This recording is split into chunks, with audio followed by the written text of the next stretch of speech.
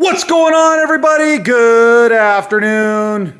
It's your boy R3 Speed and Fabrication. We are down in the shop and got something here I thought everybody might be interested in. Something a little bit different for the day, more on the fabrication end of the business. And yeah, we got a couple of things here. We got some aluminum bar stock, right? Nothing fancy. And then we got, woo-wee, look at this. This is something I made recently after we've been playing around with axles, changing them in and out. This is not really a new concept. It's really a hybrid of some different ideas. I think some people are maybe making this on market right now. I don't know.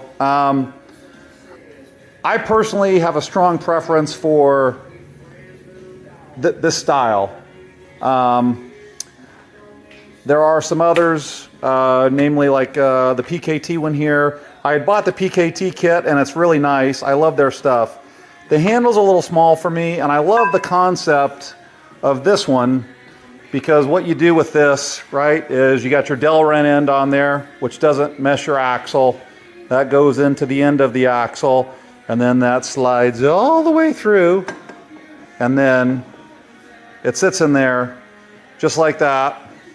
Hold your brake rotor assembly all in one place, keeps you all nice and lined up, right? Slide your axle out that end, slide the new one in, butt it up right against the end there that fits in perfectly, slide you back the rest of the way through, and pajam. You're good to go. So I really like this. This is the first one that I made. And, you know, I took the PKT end to add it on there because, again, I like the idea of the Delrin. I hadn't been able to really source anything yet, and honestly, for the price, it's probably not worth my time to try to source it and make it. So this piece particularly, right, like this is a stepped in that can go right on. So you can have it in billet, and I'll billet, or we can add in, again, the Delrin end on there for you. So super cool tool. Really, my idea on this, I'm going to create one that's a double end. So basically, you'll have the, you know, be able to stick it in like that, right? And then this side will either be for a 40 mil axle or 30 mil or whatever other end that y'all may want. I had this one that I made up as well. And obviously, this one is for the cadet axles, right? Much smaller. This one was a little bit too small for me, honestly. I had a scrap piece laying around, and this was the first piece that I made. But the concept is still the same, right? And it does the same job. Goes through your bearing carrier and right into the brake rotor again. Holds it all there in place, nice and lined up. Don't have to worry about stuff flopping around. Pound it out, pound it in, and off and running you go. So we're gonna start selling these, man. I've had a few people message me and ask about them, ask for one. If you're changing axles, just, man, makes this job 1,000 times easier. Doesn't mess your equipment up, right? It's the right tool for the job. I love the idea of being able to add those or take them off, right? I mean, if you want to save a few bucks, you don't have to add that in. You can just use this, and that's basically the concept, right? It goes in there just like that, and then that aluminum end goes in just as well. It's just held in there with a bolt, right? Just machined it out, drilled and tapped it, and yeah, you can add it or run it as it is. So there's that. We're gonna go to town on making this bad boy. All right, so we're just about wrapped up with the first part of our job here, which is squaring both the ends. So we can set up our steady rest. This is a long piece, and we're going to have something on the end to hold that while we turn it down. You can see that's in there pretty square. I used a couple of end mills parallels to set it in there. I got it as good as I could in the chop saw. Yeah, stuck the first end in there, faced it off, switched the ends, and there you go. That's a pretty clean end. We'll switch this out. We'll put our pilot hole in there to fit our steady rest, and then we're on to the next part of the job. Boom.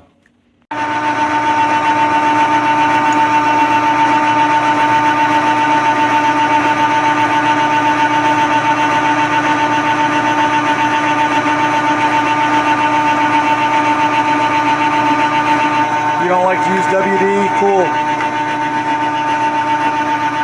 On aluminum, I think it's the bomb.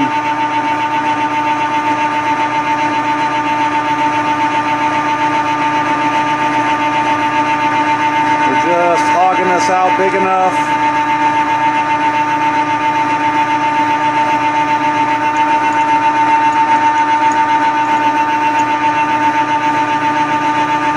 I'm going to open that hole up a little bit more.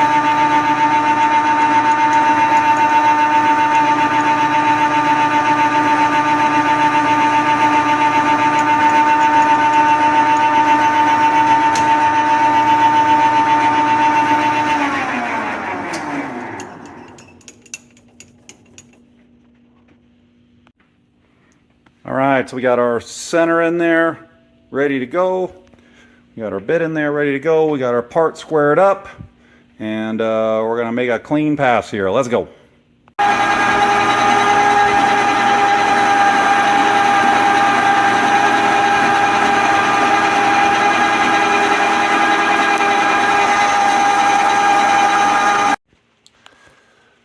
Quick little shot of, again, our finished little end product here. Big product made its way out the door before I could get a video of the finished one that we're making in the machine there. I've got some nice pictures that I'll try and splice in here, but yeah, again, this was the first piece we made here on the machine, and I would say this one turned out okay. This is again like a test piece. There's your threaded hole for the insert to go into if you want to use the Delrend end. Otherwise, again, this just goes right into the axle. You can check it out. Right now over here, just like that. Get your hammer out, whack it on that end, pound her through. The reason I made that bigger one a little longer again for me is I want to be able to hold it, right? I don't want to hold it like that. I want to get my hand out of the way if I got a whack on that. So a big piece, longer out, more room for you to work.